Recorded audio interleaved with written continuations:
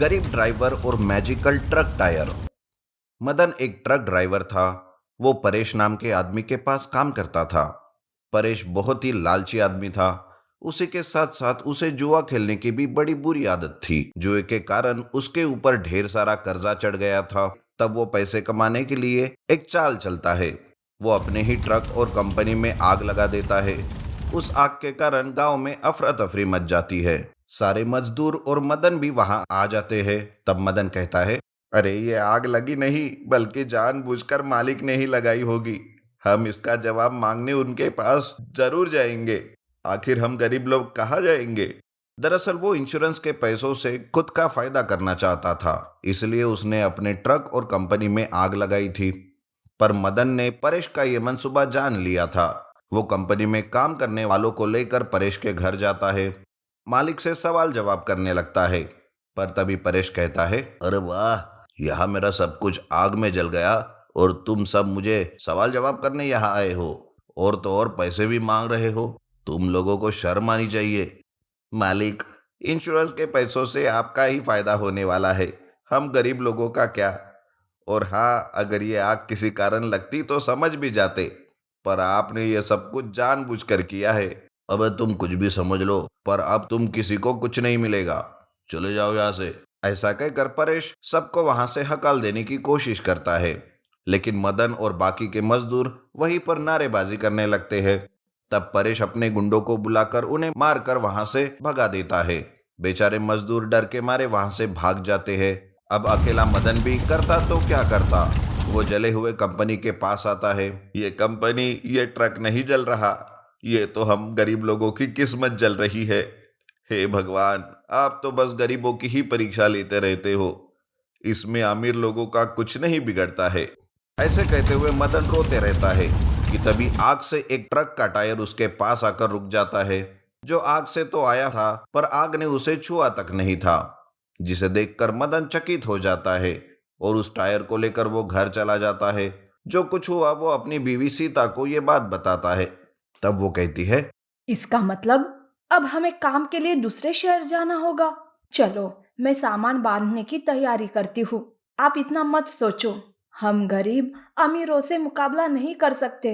पर ये टायर क्यों लेकर आए आप? तब मदन सीता को बताता है कि वो टायर आग से किस तरह से बचकर उसके पास आया। सीता उस टायर को छूकर उसे घुमाने लगती है। जैसे ही वो टायर घूमता है, वहां से पैसे निकलने लगते हैं। दोनों भी ये सब देखकर चकित हो जाते हैं।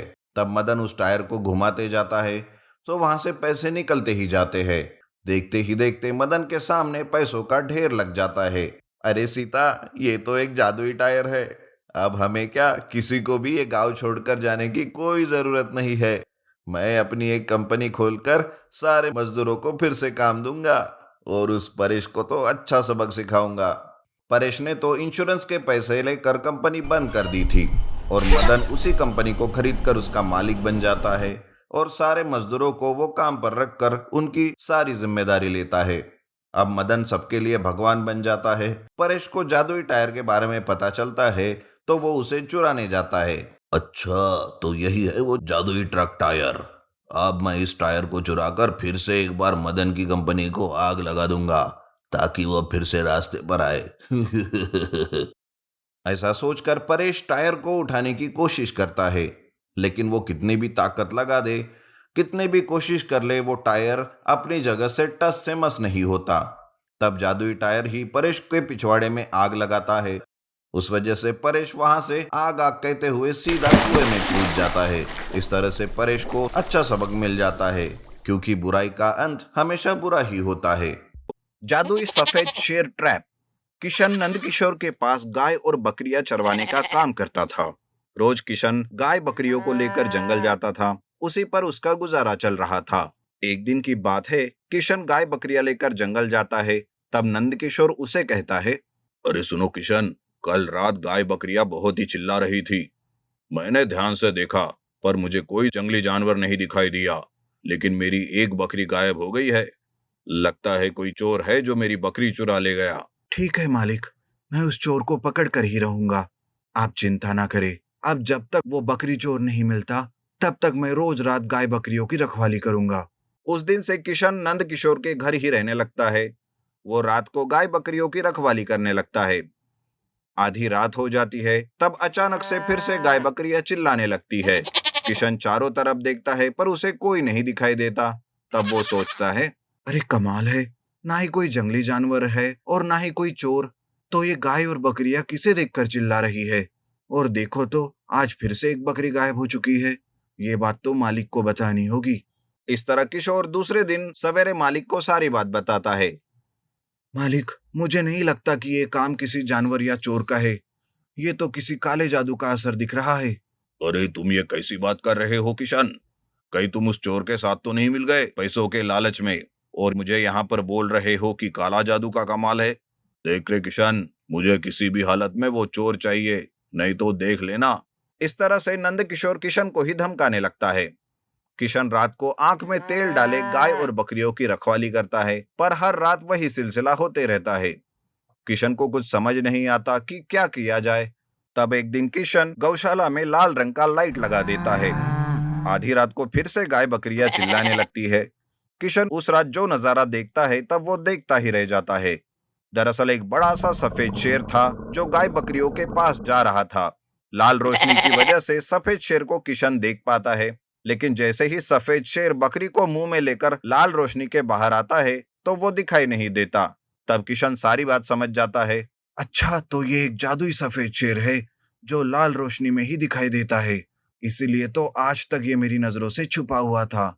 लेकिन मेरा नाम भी किशन है, मैं तो तुम्हें पकड़ कर ही रहूंगा, सब जादू निकाल कर रख दूंगा तुम्हारा। किशन दूसरे दिन ही जादुई सफेद शेर को पकड़ने का प्लान बनाता है।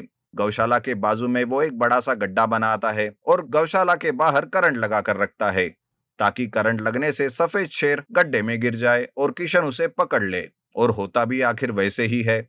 जैसे ही सफेद शेर गौशाला के पास आता है तो करंट के झटके से शेर गड्ढे में गिर जाता है। तब सफेद शेर विजिबल हो जाता है और जोर जोर से चिल्लाने लगता है, बचाओ, अरे बचाओ। सफेद शेर की आवाज सुनकर किशन उस गड्ढे के पास जाता है और कहता है, अरे बड़ा ही अजीब सा शेर है, बातें भी कर सकता है ये। वाह किशन, तूने तो इस बोलने वाले जादुई सफेद शेर को पकड़कर बहुत ही कमाल कर लिया। अब फॉरेस्ट ऑफिसर को बुलाकर उन्हें ये सफेद शेर सौंप देता हूँ। इस तरह से किशन सोचते रहता है। तब सफेद शेर कहता है, नहीं नहीं, ऐसा मत करो। हाँ, मैं एक जादुई सफेद शेर हूँ, पर मुझ पर एक स्वामी जी का श्राप है, इसीलिए मैं जंगल नहीं जा पा रहा था और ऐसे गांव में रहकर बकरियां चुराकर अपनी भूख मिटा रहा था। ये सुनकर तो किशन चकित ही हो जाता है। तब शेर फिर से कहता है, तुम बहुत होशियार निकले किशन, इसीलिए मैं पकड़ा गया। और हाँ, शायद ये मेरे श्राप से मुक्त होने का समय होगा। सुनो किशन, तुम मुझे 100 कोड़े बरसाओ, तब जाके मैं स्वामी जी के श्राप से मुक्त हो जाऊंगा और अपने जंगल जा पाऊंगा। किशन उस सफेद शेर की बात मान लेता है और उस पर 100 कोड़े बरसाता है। सफेद शेर का श्राप निकल जाता है और वो श्राप से मुक्त हो जाता है और वो किशन को अपने मुंह से सोने के सिक्के देता है और कहता है, मेरी बातों पर विश्वास रखकर तुमने मुझे श्राप से मुक्त किया किशन, इसलिए मैं तुम्हें ये सोने के सिक्के दे रहा हूँ। अब मैं कभी भी गांव में नहीं आऊंगा, चलता हूँ। ऐसा कहकर जादुई सफेद शेर जंगल वापस चला जाता है।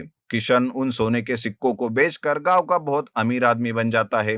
लेकिन किशन ये राज किसी पर भी जाहिर नहीं करता और चरवाहा की नौकरी छोड़कर आराम की जिंदगी बिताने लगता है।